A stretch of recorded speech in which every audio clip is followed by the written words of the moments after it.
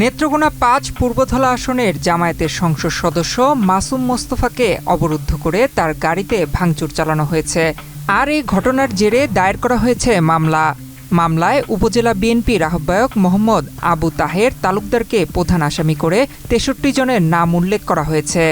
পাশাপাশি অজ্ঞাতনামা আরও ৫০ থেকে ৬০ জনকে আসামি করা হয়েছে। ২৪ এপ্রিল শুক্রবার রাতে মাসুম মোস্তফার ব্যক্তিগত সহকারী মোহাম্মদ আলামিন বাদী হয়ে পূর্বধলা থানায় মামলাটি দায়ের করেন।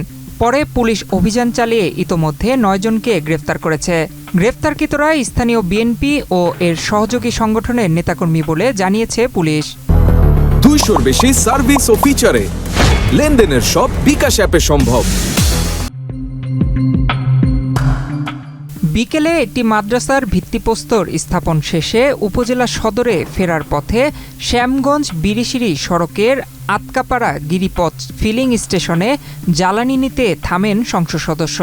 এ সময় তিনি মাগরিবের নামাজ আদায়ের জন্য স্টেশনের পাশে গেলে ১৫টির মতো মোটরসাইকেলে করে ২৫ থেকে ৩০ জন যুবক সেখানে এসে হট্টগোল শুরু করেন।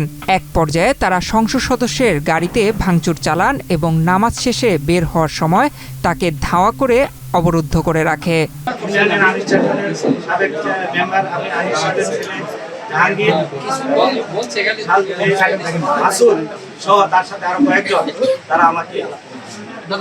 অ্যাটাক করে এবং তারা দস্তাস্তি করে আমার আক্রমণ করে।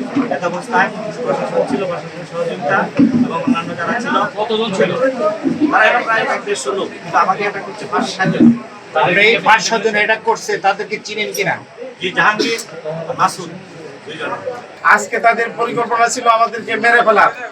যদি আমরা মসজিদের দরজা বন্ধ না করতাম হয়তো আমাদেরকে তারা মেরে ফেলতো। এই মেরে ফেলার পরিকল্পনা নিয়ে তারা আক্রমণ করছিল। ঘটনার প্রায় ১ ঘণ্টা পর পুলিশ এসে তাকে উদ্ধার করে। পরে উপজেলা নির্বাহী কর্মকর্তার পাঠানো গাড়িতে করে তাকে নিরাপদ স্থানে নিয়ে যাওয়া হয়। রাত ১০টার দিকে উপজেলা জামায়াত ইসলামীর কার্যালয়ে আয়োজিত সংবাদ সম্মেলনে মাসুম মোস্তফা অভিযোগ করেন হামলাকারীরা স্থানীয় বিএনপির নেতাকর্মী এবং তাকে হত্যার উদ্দেশ্যেই এই হামলা চালানো হয়েছে। নামাজ চলাকালীন সময়ে আমরা নামাজ থেকে চিৎকার শুনতে পেলাম, এর মধ্যে শুনতে পেলাম গাড়ি ভাঙচুরের শব্দ। এর মধ্যে আমার গাড়ি ভাঙচুর হয়, এখানে এক উত্তেজনাকর পরিবেশ সৃষ্টি করে তারা এসে গাড়ি ভাঙচুর করার পরে আমার গাড়ি ভাঙচুর হয় এবং আমাদের জারি ইউনিয়নের যে সভাপতি ওনারও মোটরসাইকেল ভাঙচুর হয়। পরে ওনারা মসজিদের দিকে দাওয়া করে, মসজিদের দিকে আসেন এই সন্ত্রাসী বাহিনী। মসজিদে এসে মসজিদের মুসল্লিরা সকলেই মিলে প্রতিরোধ করেন, দরজা বন্ধ করে দিয়ে ভিতর থেকে জোর করে দরজার মধ্যে ধাক্কা দিয়ে মুসল্লিরা বসে থাকেন যাতে করে তারা ভিতরে ঢুকতে না পারে। ওরা বাইরে থেকে বিভিন্ন ধরনের অস্ত্র দেশীয় অস্ত্র দিয়ে দরজা ভাঙার জন্য আপ্রাণ চেষ্টা করে।